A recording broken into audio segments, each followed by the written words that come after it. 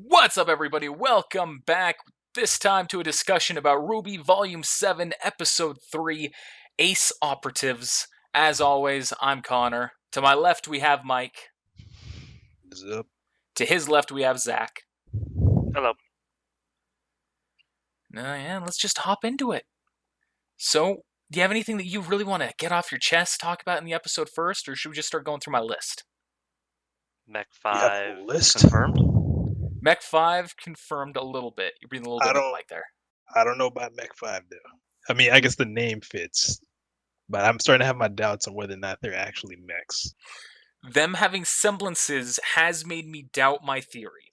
Yep, that's exactly what I was going to say. It's the semblance part, especially with what the semblances are.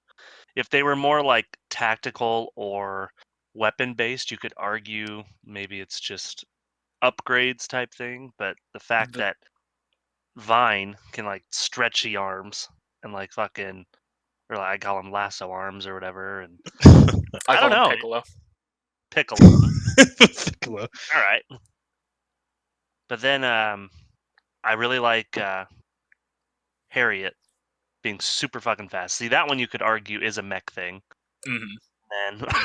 And what's her nuts? Elm. Her like ability to root her in place. Yeah. Yep. I thought that was pretty unique. Again, that one you could argue. But I think Mech 5 is for something else. I think it's along Connor's theory of either like the academy or at least some sort of like giant robot. Like they fucking Power Rangers it and they all control a separate limb. Yes, exactly.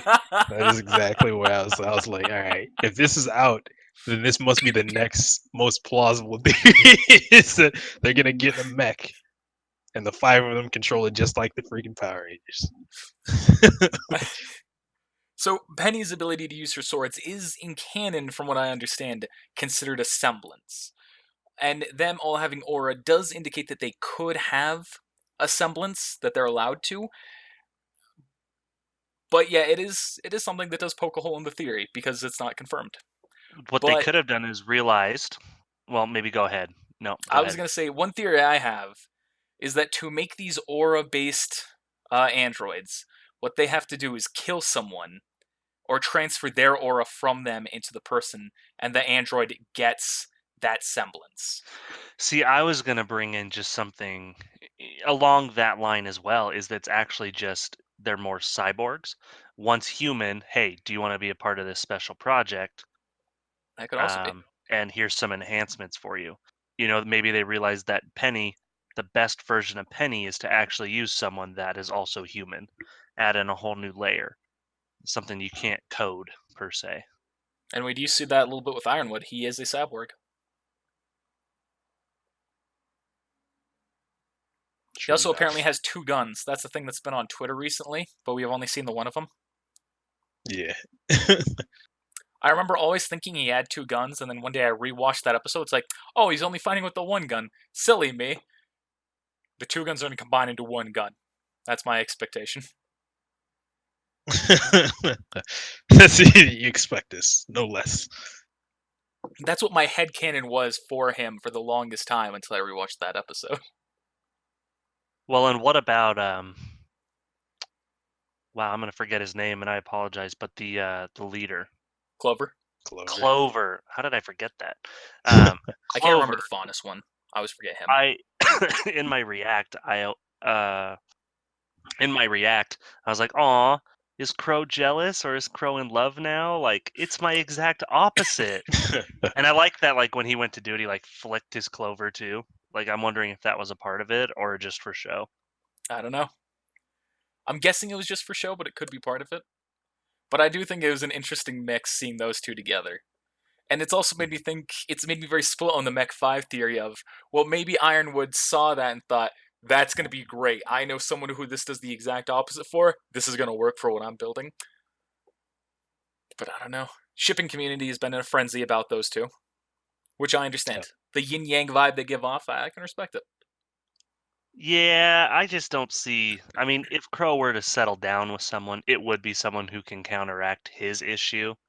because that's always been what he's afraid of working in a team and kind of all of that. But I don't know. I thought Clover, especially the fishing pole weapon, It's so that was great. so Yes. super cool. So you know when he went to go and catch the geist before it went into the ice, he could have made that. He could have made it, but he just didn't do the perfect cast. You remember the perfect cast from the Goofy movie? Yes.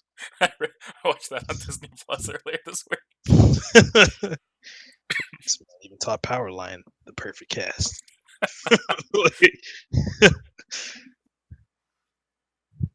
All right.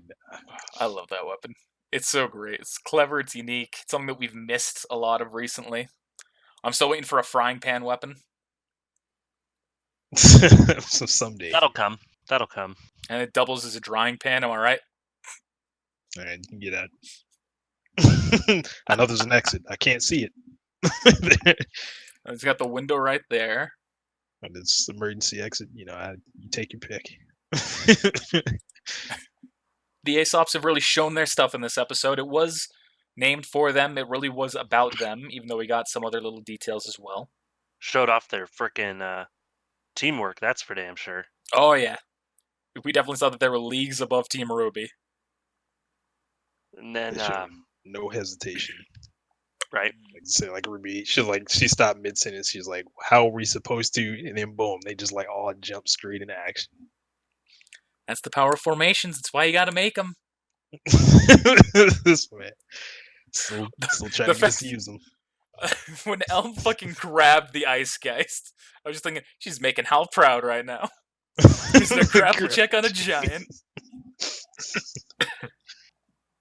Made me cry.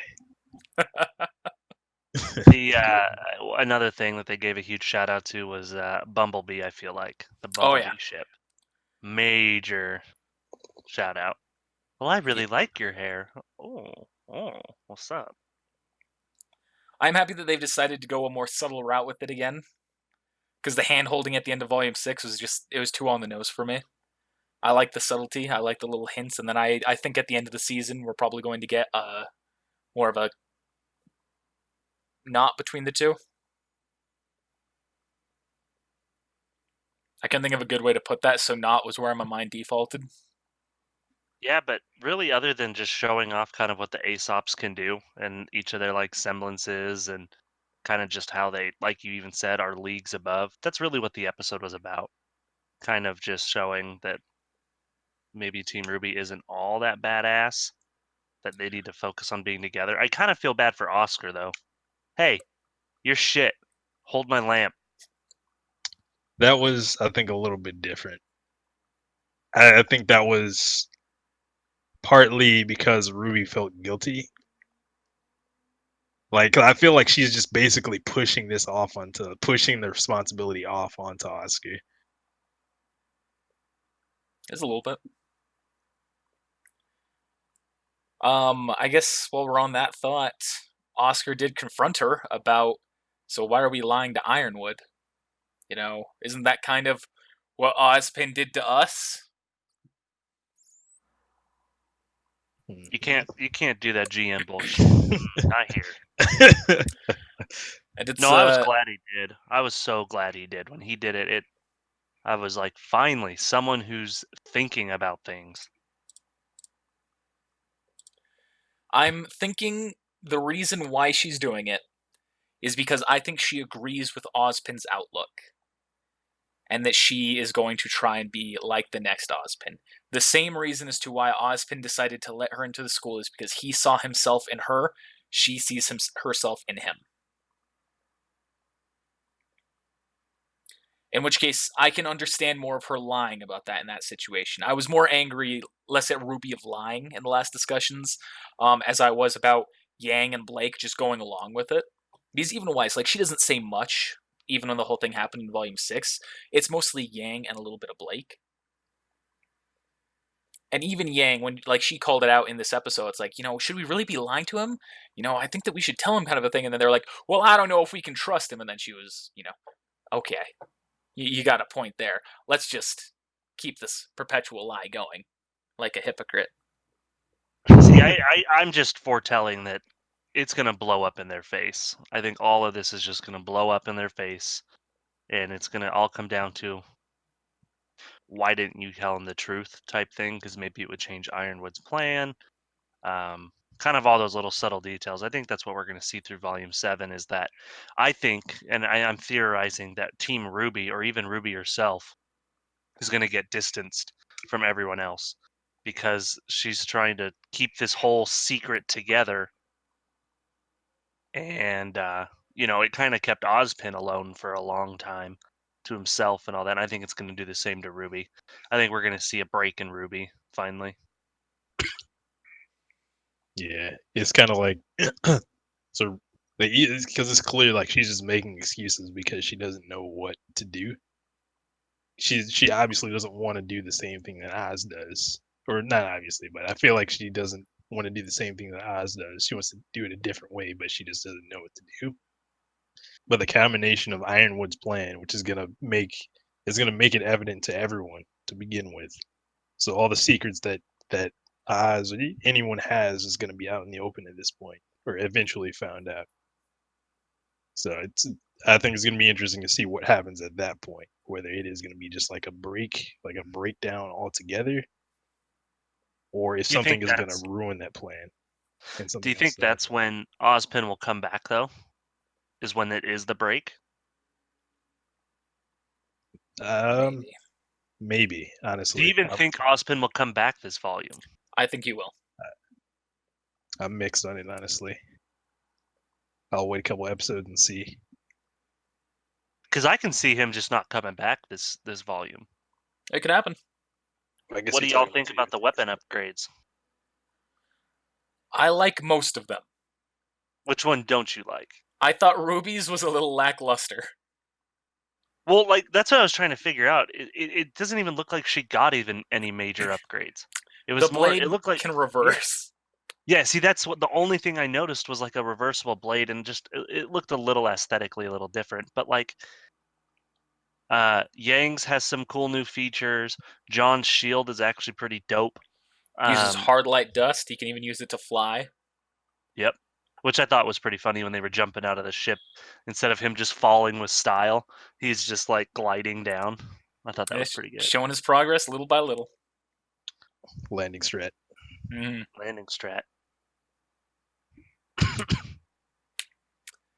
We got Ren's weapons now have grappling hooks. Like those. Very inspired by Blanco, definitely. Did he have a two-handed sword there? Yes, but it's the grappling hook of the aesthetic. Uses that to cling and then bring himself to the target. We have Yang's has the explosive charges, which that I do like. Yeah, I thought that was cool. In my react video, I go, wonder if Connor will let me have something like that. It's certainly a possibility. Sounds like the thing to look into for a custom mod. Yeah, I have 2 Agreed. weapon points. Well, we saw the outfit changes while we're on the theme of the weapon Yep. changes. Oh, okay. Yeah, Time skip See, I thought- barely happened. Really wasn't much of a time skip at all. It was like- yeah. it was like 2 weeks at most. For most of Yeah, them, I I thought think it makes sense, because- but it's especially for not Weiss. I think it's weird. You don't like Weiss's? Well, I think it's weird that she's going to so much longer hair. Okay, and that's exactly my thing with Jean because he looks visibly looks taller, like he's aged a bit, which they don't really display because I guess they were just using the original character models and then they brought in new ones. But yeah, like those two is like, all right, so this doesn't they look older, like, but yeah. And the way your hair and hats are can change the way you look. That's why I always wear a top hat when I go outside. It all makes sense now. Just shaking his head. I've already gone over most of the outfit changes, so I don't think we need to discuss too much on that unless there's anything you two want to bring up other than the hair. Nah, that was it. Pretty much it was the hair and John just looking taller and stronger and that haircut.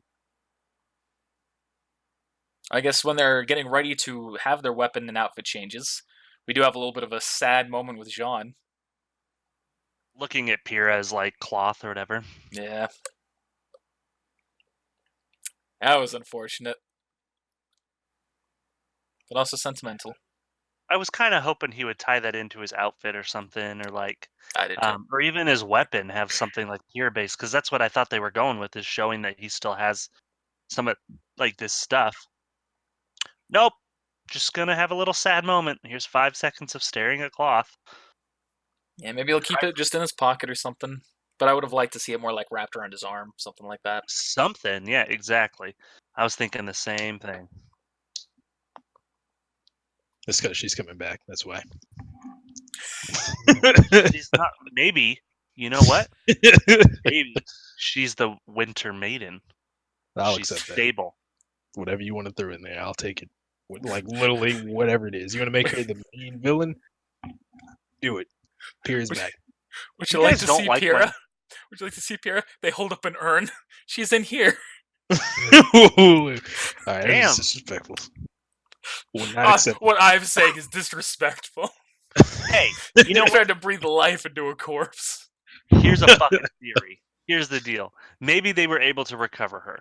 And it goes back to your theory that they needed a body with aura and they killed and they turned Pyrrha into a cyborg. John's going to see her. You can stare at the camera all you fucking want, Connor. John's going to see her, be so disappointed, get his heart broken, and he's going to go off the rails and he's going to join Salem. Calling I'm it on here board first. with this theory. You know, Pyrrha's in Thank this theory, so I'm on board with Michael, I appreciate you. John Okay. is going to be the new bad boy. it. Doesn't matter if it's implausible. Sign me up, Captain. Both fucking lunatics. My theories have been correct so far. I sure have. Yeah, how about the Weiss one or the Winter one going? I mean, there's so far, still a strong. slight chance. So far, it's going strong.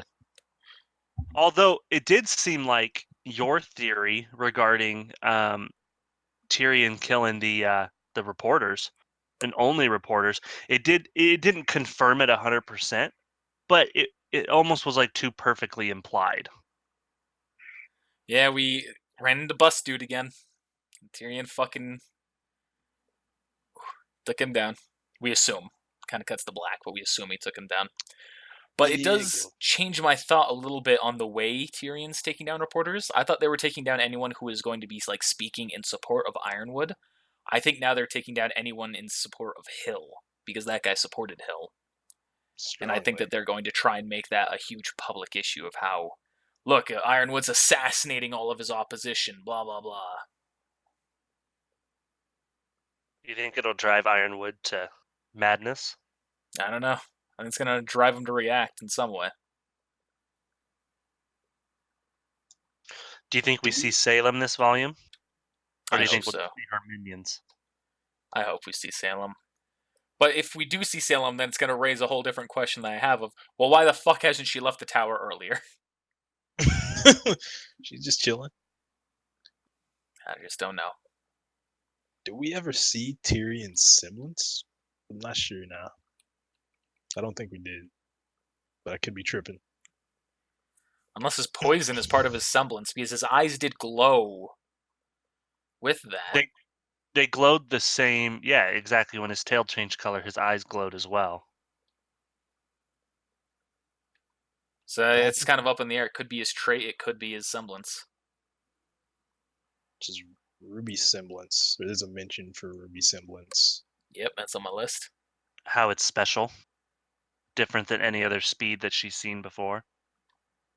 How it's Yeah, not just not speed. speed. She said there's something else going on there.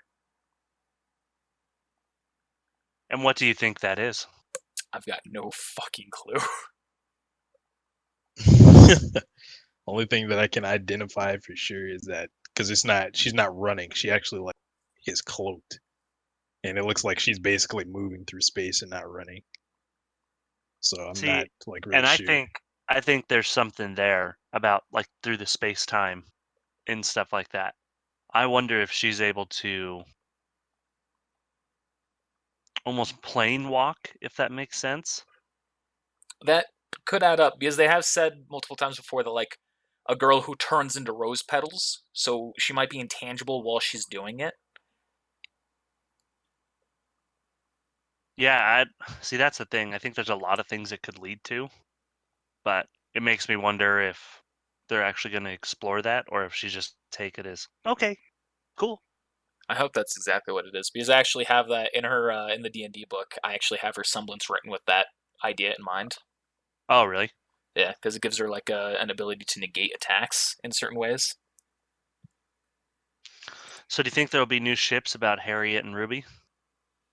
Oh my goodness. Absolutely. What's that one called? Speedster?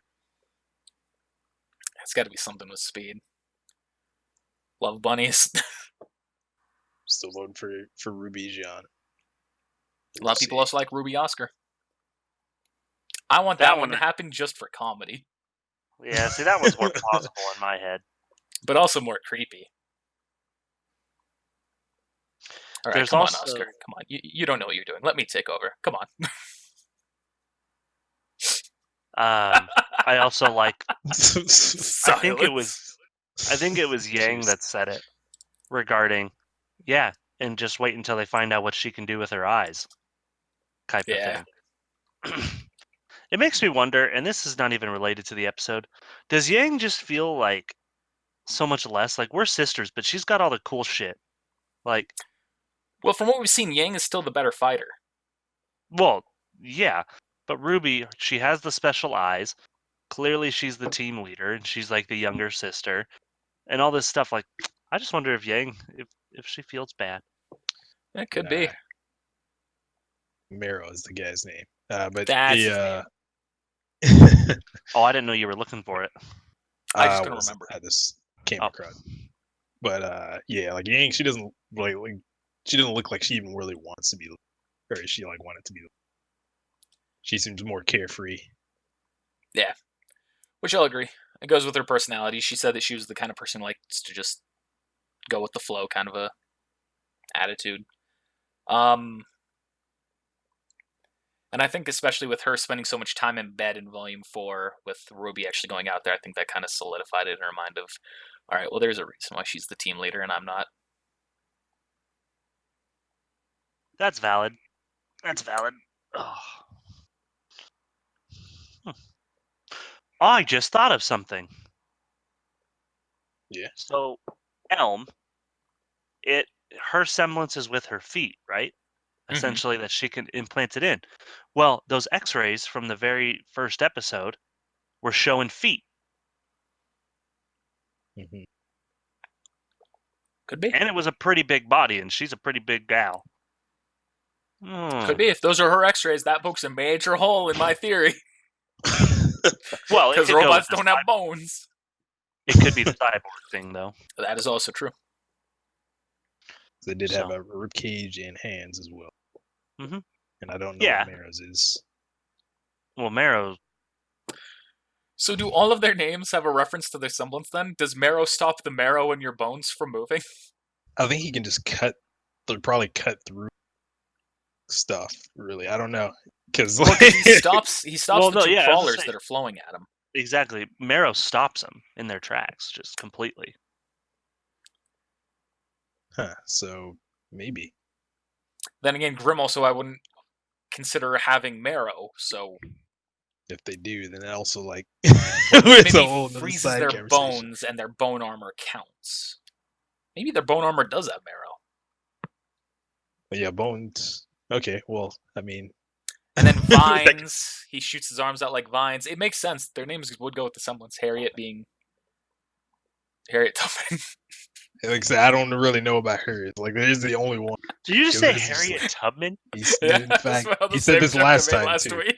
I was going to say, he said the exact same thing. With the Harriet, hair. The hair.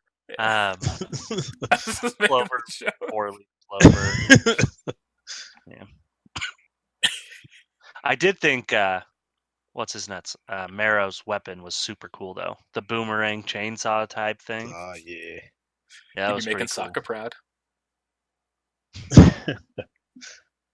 But yeah, that was a lot of the major points. It was really more about introducing the Aesops on a whole new level for us. That's really what...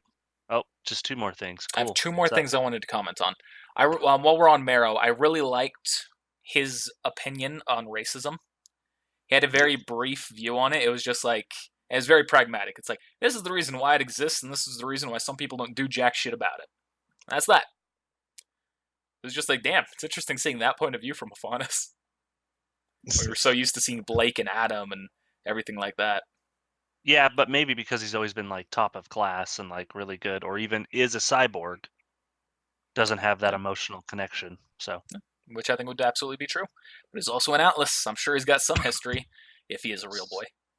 the Schnee Dust Company, which we saw one of their mines. So, and then the other thing I wanted to comment on. So when they were fighting the Ice Geist, the Geist, Yes. G-H-I-C-E-T, Geist. When they're fighting him and taking him down, they kept like knocking off the purple rocks, and they kept going really hard out of their way to catch it. Why? Yeah. Just going hard for it. It was incredibly important for them to go after that, and I don't understand why. Because if it's purple, wouldn't that mean it's just gravity dust? you'd assume. What's the worst thing that would happen with a chunk of gravity dust falling? I've made some leaps in the D&D book of what I assume it would do, but I really want to know what the fuck it would actually do if it's this dangerous. It could be something with, if they are mechanized or cyborgs, it would mess with some of their wiring or their processors or something. That could be. And maybe Ruby was just doing it because she saw everyone else going for it. See, that's what I'm thinking. I'm thinking Ruby did it, one, because she was like challenged on I'm faster than you. But then two, she saw that potentially Harriet might not catch it. And clearly, like you said, it was important for them to catch him. So she was just trying to do her part. Well, they said something about stability in the mines, or like something with dust affecting like the stability. I'm not exactly sure. Did they say that? I Unless- guess I missed it. Yeah, unless it is a different kind of dust and not gravity dust, then, or if gravity dust does something different, are the only things I could think of. Well, what I have with Crystal in the book is that when it's shot, it essentially makes everything lose gravity. So it could be something in relation to that. But that's completely what I have written on it. So I don't know. Who knows? I bet we'll Could figure it out. strengthen gravity. Could do the exact opposite. That would be bad, because that'd be like instant cave-in for the immediate area. Yeah, which those smaller crystals, I didn't think it'd be that big, but I guess, it's a mine. Shit's temperamental. Still an ice geist falling through the ceiling and having his limbs thrown around. I figure, the mine's probably pretty stable. But that's just me. Well, and the Grim from early on coming up through the ground and through the walls and stuff. I mean, Yeah. I don't know. Yeah, that's the end of my notes right there. I don't know if there's anything else that you two want to talk about. nah, we kind of touched on everything I had. Third ship. We're next Nora. Oh, yeah. They had a really awkward moment that raised a death flag for me, for Nora. Yes. Yes. All right. Cool. All right. You saw the same thing. Because I was like, there's that. So No, you want to lead into that, or should I? Yeah, please do. So Ren and Nora, they share a moment where Nora's like, I think your outfit looks really good, Ren. And then there's just like pretty much silence, and it's like, don't you think that my outfit looks really good too? And just, I think we should focus here, Nora. Come on. Yeah, I'm thinking Ren is not really into her as much anymore. He's seeing more important things. That's one of the two things my mind's going to, is it's either going to be a relationship trouble, or it's being set up as a plot point for Nora to die, and then Ren to have a moment later on being like, I should have cared for her more. This is, this is regret. This is me taking her for granted kind of a thing. You think she's gonna die? With that line, it raised a serious flag. It raised a flag for sure. The reason it raises a flag for me is that's what I do as a writer. You build up. You get the emotional attachment's already there. You just have to make them ignore it long enough to realize it's actually important, but it's too late. Like, Put a little bit of strain, a little bit more, a little bit more, and then one way or another, it's gonna snap. but hopefully they just like take you right to the edge, but don't push you off. They're like, okay, she's at death's door, but we're gonna just keep her right here. We'll be back. Find out. Well, I mean, I wasn't going that far, but that's makes sense when it comes to it. So I was just thinking, oh, they're probably having relationship issues, and that's where it ended with me. But fair enough. That brings up a whole nother thing of, dude. Oh man, can you imagine John if Nora dies too? Though that'll be his breaking point. Two of his teammates. That'd be bad. That'll be bad for him. And then who does he blame at that point? Can't blame Ozpin now this time, can you, bitch? Ooh, snap. No Damn. offense to John, I love his character. He's one of my favorites still. But him blaming Ozpin is like the biggest thing I hate about his character. Well, it is Ozpin's fault. Had he been honest from the very beginning, they would have treated the maiden differently. Gone up against her. Had I'm just doing John this to get just cringe. looked at the door, like looked at the elevator, where the Ozpin said, "Hey, John, look at the elevator." Nora might, or Pyrrha might still be alive. Cinder wouldn't have the maiden's powers. No. I was just honestly saying that to get cringe out of both of you, but it's okay. I saw Mike hurting a little bit. It's a very sensitive subject to this day. She's just not that good of a fighter. I swear Yeah, to too. God, I if know they there's try Lex and in the make back of it. Pyrrha the Winter Maiden, I might stop watching the show after that. I was like at the point where I'm done. What the fuck? That is Fucking not urn true. of You would ashes. continue. I would You continue would. the show. You're absolutely right. But I'd be like, what the fuck? And I could say, I called it. Oh my goodness, man. Nah, but if she does end up dying, it's probably gonna be her protecting Ren from something, because she always has his back, as we saw in this episode. Again, Yeah, that could very well be. I'm really hoping for a Fenrir. God, I'm hoping for a Fenrir. I'm waiting for Ren to pull out this knife. Cuts his own throat. Oh, what if he has to cut Nora's throat because she's been poisoned by Tyrion and they can't save her? It's better to give her a quick death. All right, just stop. That'd be now. tragic. Right, we're done theory craft. I'm a fan of the tragedy. If you haven't gotten that yet. Well, what if they have to use her weapon and smash her face with it? Like go full on Walking Dead. Just bust in her face. That seems a little excessive, but I mean that'd be a shocker. Boop on this, Nora. Red's tears streaming down his eyes, a sick smile. Boop. All right, so this is where I draw the line. All right, we're done theory crafting. Episode's over. That'd be terrible. That's it. Well, how would you rate the episode? I was honestly, when it comes to like story input, it's pretty low because it didn't really do much for the story, I feel. But like for being entertained and just having a lot of fun in the episode, I'm gonna give it a solid 8. I mean, it was a fun fighting scene. It was kind of cool seeing new semblances, new teamwork. I thoroughly enjoyed it. How about you, Mike? Give it a 9. All right, and I'm going with Zach on the 8. That's right. Story gave me a What 10. about best boy and best girl? Best boy is Clover. Hey, I want to Okay. see if Penny showed up in the end. She was And in the I gotta credits, say- Penny. Best girl, I have to say Harriet. All right, it's a good pick. I'm mixed. I really don't know. It's between Marrow and Clover, and then Harriet and Elm. Gotta pick. I'm gonna go with Marrow. I really liked his talk on the Faunus. And I'm gonna go with Elm because I think that she was a lot of fun this episode. All right. And Mike, what about you? And no, Penny doesn't count. Penny was in the opening credits. All right, so Unfortunately, credits don't count. I'm gonna go with Uh, Pyrrha because you saw a pizza. No, Pyrrha is the best girl, regardless of any conversations I had prior. But best boy, Oz or We're cute Oscar, girl.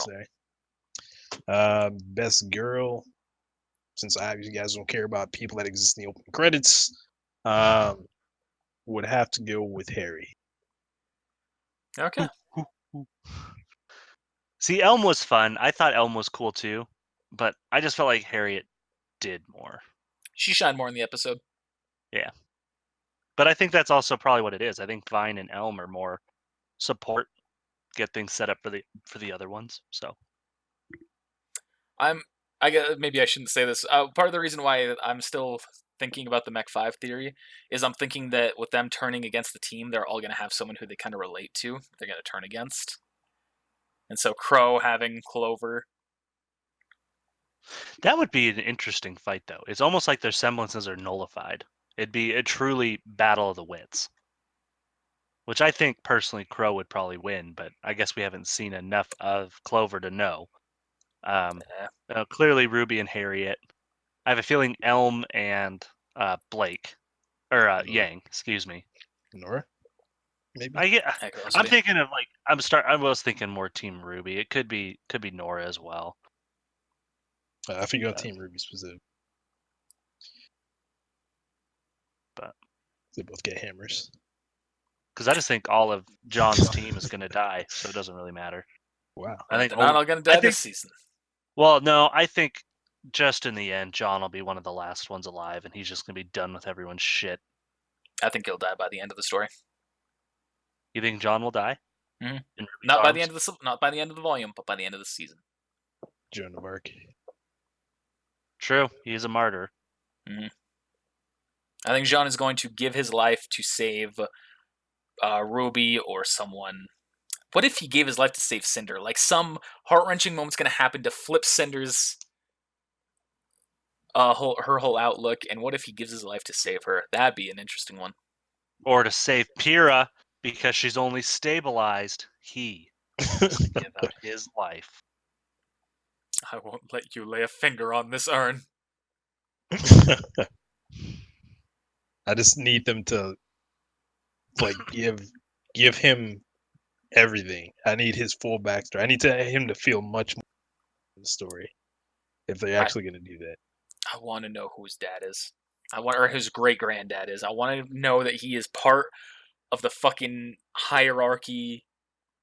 monarchy. That's what I was looking for. Part of the monarchy, a descendant. You're still convinced partially that Ozpin's former host could have been the King of Elves, Grandpappy. Yeah. I'm fully dedicated to that theory. I mean, you're playing with it now, so. Mm-hmm. I've implemented it into the D&D. Cool. Makes sense. Well, I guess we'll end things there. So stay tuned next week, yeah. Thanks for watching. We'll see you next time. Be sure to like, comment, subscribe, ring that bell for notifications, or dislike if you hate us. It's understandable. It's true. We're not very likable, especially Mike. Send us to all of your friends, even the ones that want nothing to do with you. Yeah, like put it in one of those emails. Like if you don't forward to 5 people in like a chain letter, someone's gonna come and like cut you or something. Put it in all of your forward it to all of your coworkers, to your boss, and everything. Yeah. Yeah, be sure to do that. If you do that, I want screenshots. Find Mike on Facebook, send it to him. Have mercy, please.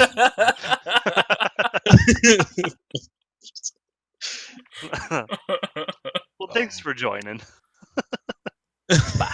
Hopefully you enjoyed that. Be sure to let us know whether you did or didn't by using those like buttons, the comments, or subscribing. And make sure you also spread it around to all of your friends, too.